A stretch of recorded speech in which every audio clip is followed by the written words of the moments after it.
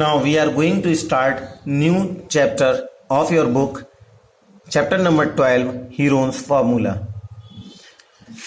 In this chapter, we will study about the area of the triangle. The Heron's formula is a formula which is given by a mathematician, Heron, to calculate the area of the triangle in a different ways. Now in earlier classes, you have studied about different types of shapes such as a square, rectangle, triangles and circles, etc. Or you are now able to find the perimeter and area of these shapes. But in this chapter, we will study about only the area of the triangle by using the perimeter of the triangle.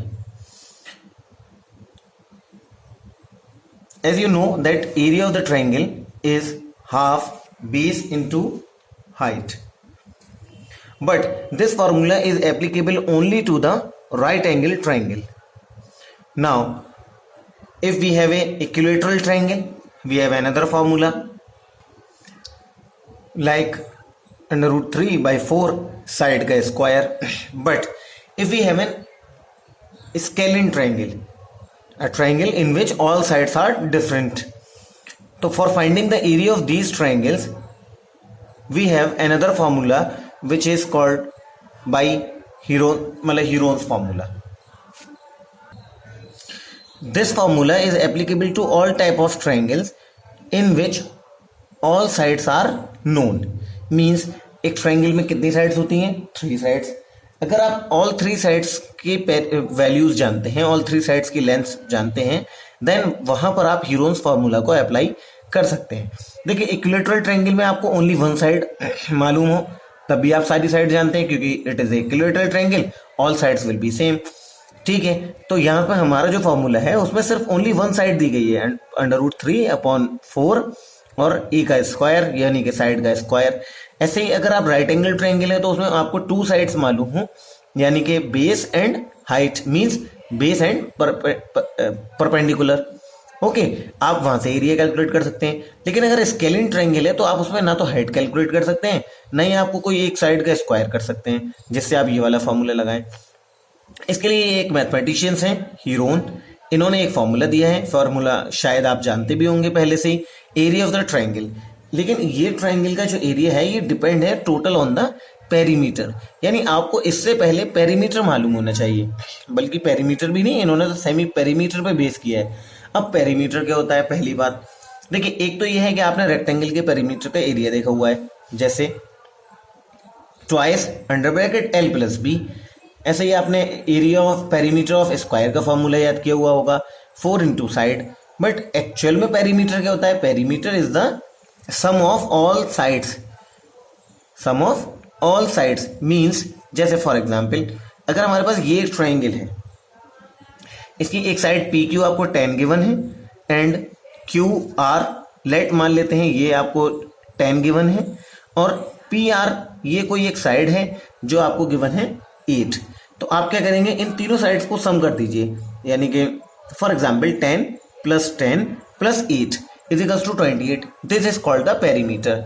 ऐसे ही आप square में क्या करते हैं? 4 into side means उसकी all side same होती हैं. आप a + a + a + a यानी 4 टाइम्स आप a को ऐड करते हैं, then result will be 4a, और उसी को हमने फॉर्मूला बना लिया.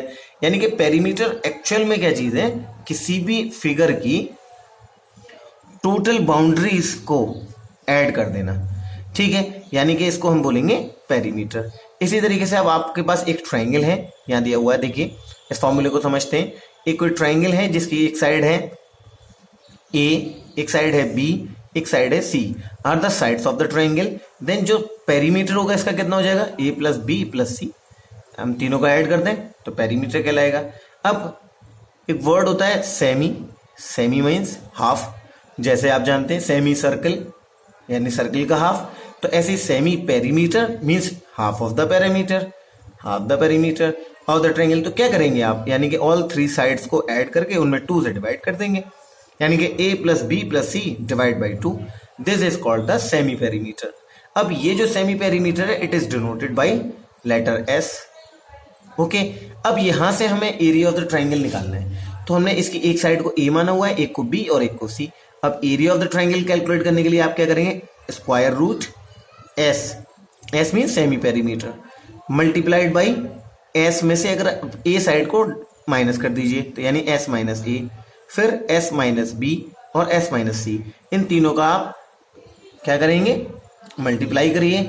उनके बाद एक नंबर आ जाएगा। स्क्वायर रूट आपने 8th क्लास में काफी बेटर वे में निकाला हुआ है, आप उसका स्क्वायर रूट लेंगे, then it will be the area of the triangle. ठीक है, आप समझ रहे हैं हीरोन्स फॉर्मूला क्या है। हीरोन्स फॉर्मूला में सिर्फ आपको दो फॉर्मूले याद करने हैं, एक पेरीमीटर हाफ सेमी पेरीमीटर का फॉर्मूला यानी कि पेरीमीटर का half, otherwise sum of all side divide by 2, and दूसरा फॉर्मूला है आपका एरिया ऑफ द ट्राइंगल का formula, square root S, S minus A, S minus B, S minus C in different brackets. इनको आप multiply करेंगे then आपका result आ जाएगा। Okay, अब इसको अप्लाई करके देखेंगे।